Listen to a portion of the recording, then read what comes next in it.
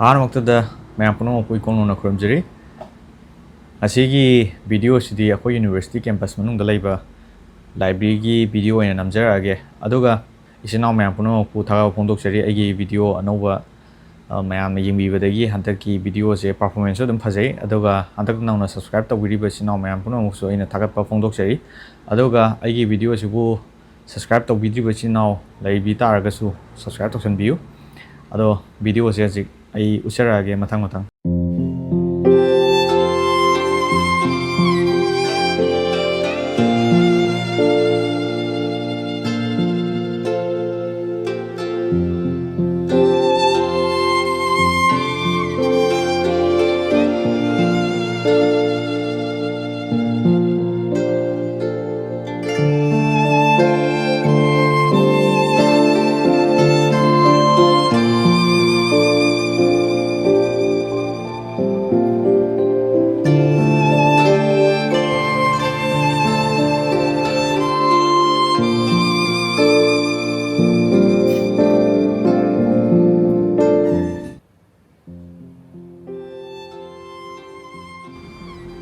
Akhoi university gi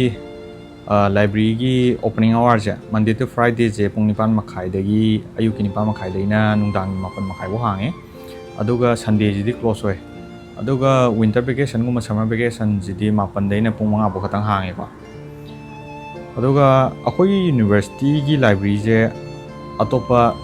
mapan gi mi ju dum lakpa yai card saraga ko aduga akhoi gi student gi oina student ID card sina dum access tawba yai ko aduga akhoi university je floor mangana sabani aduga moi di ground floor haide ko adum first floor dagi hawe adu sigi floor ko dimakse adum changaga inganjarake ba manungda kamai leike do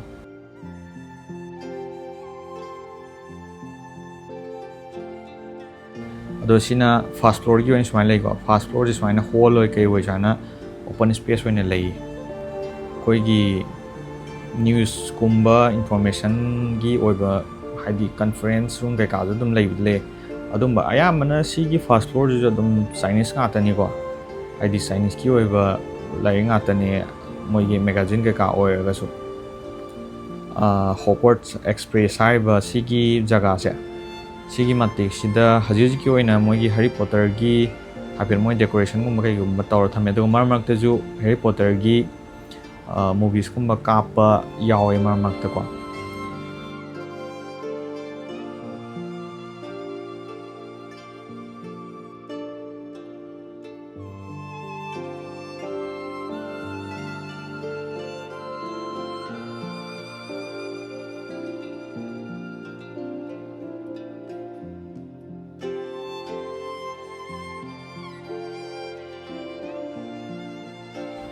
sigi mathakta kakhala kana second floor jisu samaina open space hoine lei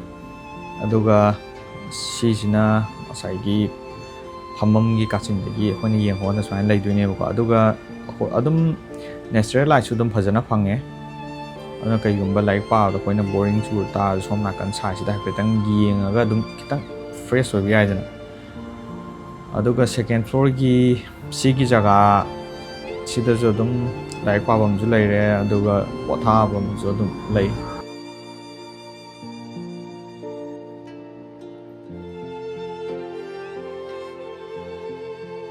second floor ji lor matung da ai third fourth ka bai mot direct kaino doina yang halagi ko fifth floor ji da fifth floor ji ayamana fifth floor ji di kari oina lagi hamatan fifth floor ji di comics kumba ayam lai ko aduga story book kumba gi ta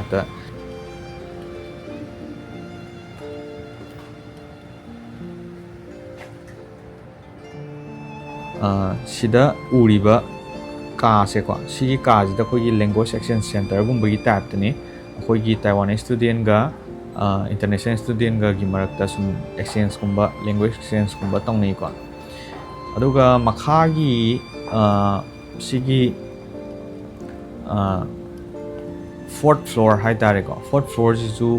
kaino nga ta oina lei khoi gi Chinese ki lai nga ta ni ko English ki di third floor da lei du ni ko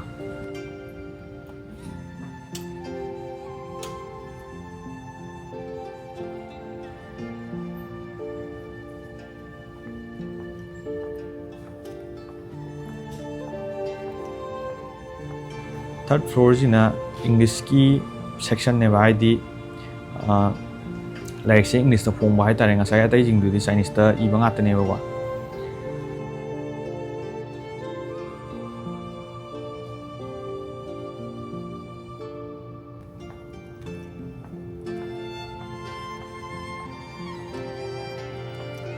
aduga dum third floor gi dum like pawam ji da ju dum lem kai ka dum pi khitang thenga ko da pa ri khot khar ju aduga dum